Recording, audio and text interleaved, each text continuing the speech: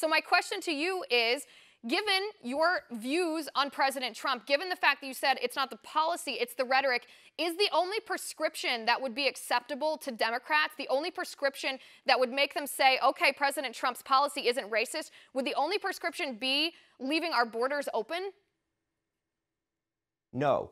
First of all, to finish the other point, your statistic, I'm assuming, comes from John Lott's study, which has been completely disproven. You can look at the statistics from the United States government, and they're the ones that I've cited you because they're from government data. So undocumented immigrants are incarcerated at a lower rate than the native-born, and if you don't count the ones who are incarcerated specifically for coming across the border, as in other crimes, they're at 1/3 the rate incarceration of the native-born, 1/3. A.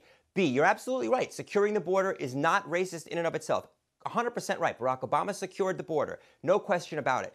Democrats do not want an open border. As you said, they want to secure the border. But what they don't want is a president who tries to divide us rather than make us safer, who lies to us rather than tells the truth. And that's what Donald Trump is doing.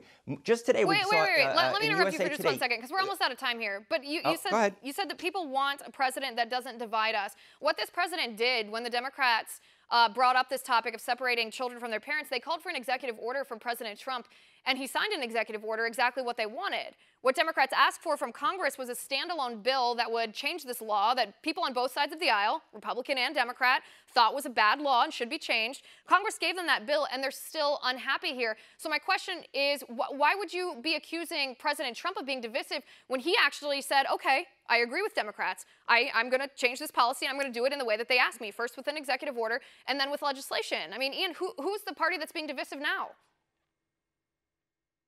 Donald Trump's rhetoric is divisive, A. B, the standalone legislation that you're talking about is something that Republicans have the power to pass, not Democrats. They are the ones in control of Congress.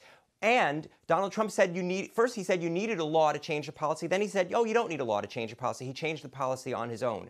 That's really important to recognize. His truth-telling is so obviously countermanded by the fact that he said you needed a law, and then he said you didn't need a law. Donald Trump's rhetoric. You don't like what he tweets, so you want to oppose every single policy initiative that it takes, whether or not it's bipartisan, whether or not it's good for the people. You just keep going back to his rhetoric. His rhetoric invalidates everything he does. That's a ridiculous argument, and I don't think that that's in the good of the American people for political parties to pivot to that and to be so divided that they can't acknowledge even one right thing that the other party does simply because of this sort of tribalism that we've devolved into. Want to see more videos like this? Click on the link below and subscribe to One American News on YouTube, and call your cable provider and kindly demand that One American News is added to your lineup. Call and subscribe today.